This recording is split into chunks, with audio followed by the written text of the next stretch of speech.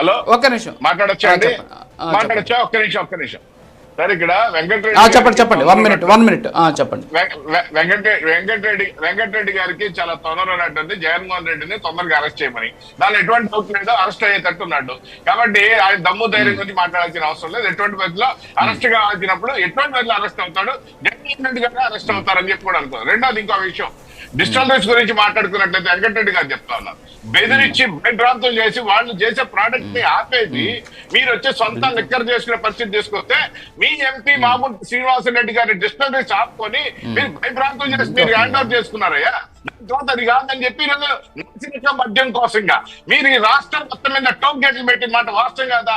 తెలంగాణ ముందు ఇక్కడ రాకూడదు, తమిళనాడు ముందు రాకూడదు, కర్ణాటక ముందు రాకూడదు అని చెప్పేసి టోల్ గేట్లు పెట్టి మందు పార్టీల కోసం టోల్ గేట్లు పెట్టి నాసిరకం ముందు చచ్చిపోవాలి ఈ రాష్ట్ర ప్రజలు అన్నట్టుగా గత ప్రభుత్వం ప్రకటించి మళ్ళీ మాట్లాడుతా ఉన్నారు. రెండు గడుల పక్కన గుళ్ళు పక్కన లేకండి వీళ్ళు మాట్లాడుకునే మాటలకి అన్న అర్థం ఉందా? వీళ్ళు ఏంటంటే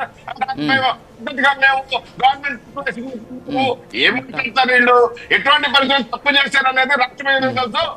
ఎక్కడ కూర్చోబెట్టారు ఎక్కడ కూర్చోబెట్టారు కృష్ణ కూర్చోంటారు, మాది కూడా చూస్తారు.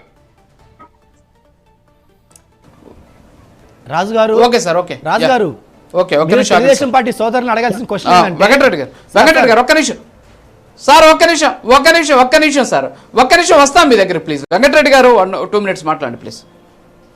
రాజుగారు, ఇప్పుడు నాగార్జున గారు కాంగ్రెస్ పార్టీ ఏం అడిగి నాటుసారా అమ్మారు, నాటుసారా స్కామ్ అందామన్నారు. మరి నాటుసారా అమ్మినప్పుడు 5 నెలలు కూడా నాటుసారా, మరి ప్రజల్లో విషాన్ని నింపేటటువంటి నాటుసారా, అదే నాటుసారా అయితే ప్రజల ప్రాణాలు కోల్పోయేది అయితే ప్రభుత్వం ఆల్రెడీ స్టాక్ ఉంది కాబట్టి, ఆల్రెడీ డిస్టిలరీల దగ్గర ఏదైతే కేసులు స్టాక్ ఉంది కాబట్టి ఈ విషయాన్నే ప్రజల్లోకి అమ్ముదామని చెప్పి తెలుగుదేశం కూటమి ప్రభుత్వం కూడా అమ్మినట్లు లెక్కే కదా. అప్పుడు ఒకవేళ అది నాటుసారా అయితే మరి తెలుగుదేశం ప్రభుత్వం మరి విషయాన్ని అమ్మినప్పుడు వాళ్ళ మీద కూడా కేసు పెట్టాలి కదా, 100% పెట్టాలి కదా. చెప్పాల్సినటువంటి అది మెయిన్ అది కదా. రెండో అంశం నేను క్లియర్ గా అంటున్నా, ఏదైతే లిక్కర్కి సంబంధించి మళ్ళీ చెప్తా ఉన్నా, ఈ 3.5 ఏళ్ళు నేను వస్తా మళ్ళీ డిబేట్, ఎలక్షన్స్ ముందు కూడా వస్తా. 3 చేసి శిక్షలు పడేటట్టు చేస్తే డిబేట్ కి రావడం మానేస్తాను. ఛాలెంజ్ విసురుతున్నా, మీకు దమ్ముందా? ఏందా మీరు పెట్టిన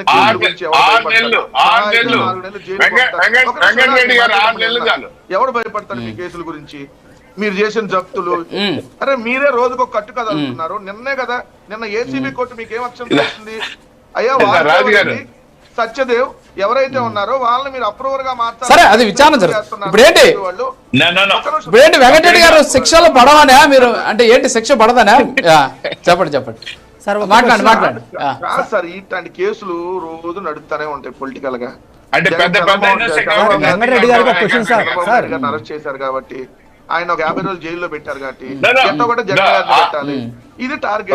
దానికి ఆ కట్టు కదా, ఈ కట్టు కదా, 2 మిక్స్ చేసి ఇంకో కట్టు కదా, మళ్ళీ 3 మిక్స్ చేసి ఇంకో కట్టు కదా. ఏముంది ఇక్కడ? వీళ్ళ 1,00,000 కోట్లు అన్నారండి, 50,000 కోట్లు అన్నారండి. తర్వాత దిగిపోయింది.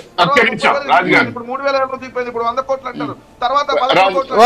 తర్వాత మాట్లాడండి, మిగతా వాళ్ళకి ఇవ్వాలి కదా టైం. నేను తర్వాత ఏముండదు. సంపత్ గారు ఒక్క నిమిషం ఇస్తాను సార్. కాంగ్రెస్ పార్టీ వాళ్ళు కూడా మీకు ఇండైరెక్ట్ గా మద్దతు కాబట్టి వాళ్ళకు కూడా నేను చెప్పాలి కదా. ఉపరాష్ట్రపతి ఎన్నికల్లో ఫోన్ వచ్చిందో రాలేదో మద్దతు.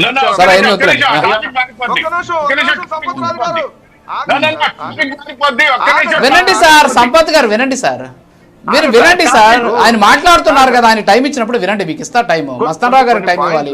ఎందుకంటే ఇప్పుడు ఆయన ఉపరాష్ట్రపతి ఎన్నికల్లో మీకు తెలియనటువంటి అంశం, మీరు అప్పుడు తెలుగుదేశంలో ఉంటారు నాగార్జున గారు, ప్రణబ్ ముఖర్జీ గారని మన రాష్ట్రపతిగా కంటెస్ట్ చేశారు కాంగ్రెస్ పార్టీ అభ్యర్థిగా. ఆ రోజు మేము కూడా కాంగ్రెస్ పార్టీకి బద్ద వ్యతిరేకం, ఈ రోజు కూడా బద్ద వ్యతిరేకం. కానీ మేము ఆ రాష్ట్రపతి ఎన్నికల్లో ప్రణబ్ ముఖర్జీ గారికి మద్దతు ఇచ్చాం.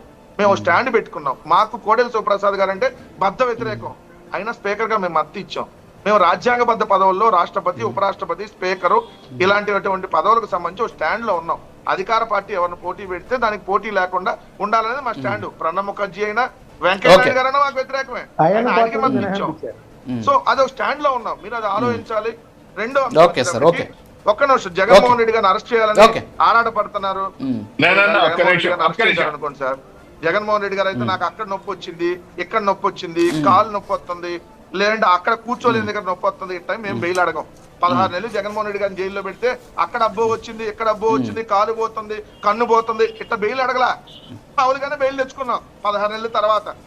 సో మీలాగా దోమలు కొడుతున్నాయి, వెంకటరెడ్డి గారు కొట్టింది, చిన్నగా ఉన్న దోమ. ఓకే సార్, అలాగే వెంకటరెడ్డి గారు ఒక్క నిమిషం.